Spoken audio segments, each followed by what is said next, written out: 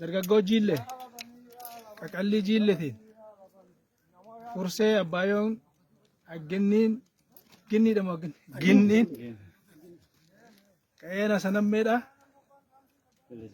bilisa baatee ijoollee furseedha ijoollee jenne qaqallii biyya ishiitiif qabsooti. Isaan kanatti kenninee biyya isaanii eeggachuudhaaf biyya isaanii kabachiisuudhaaf nageenya isaanii eeggachuudhaaf waadaa galanii nu harkaa fuudhanii waraanni keenya amma deebinee gara furseedhaa gara biyyatti nagaan deemuudhaaf galuudhaaf eemalaa jira. Kanaafuu milkii gaariidhaan gallee gara fuulduraattis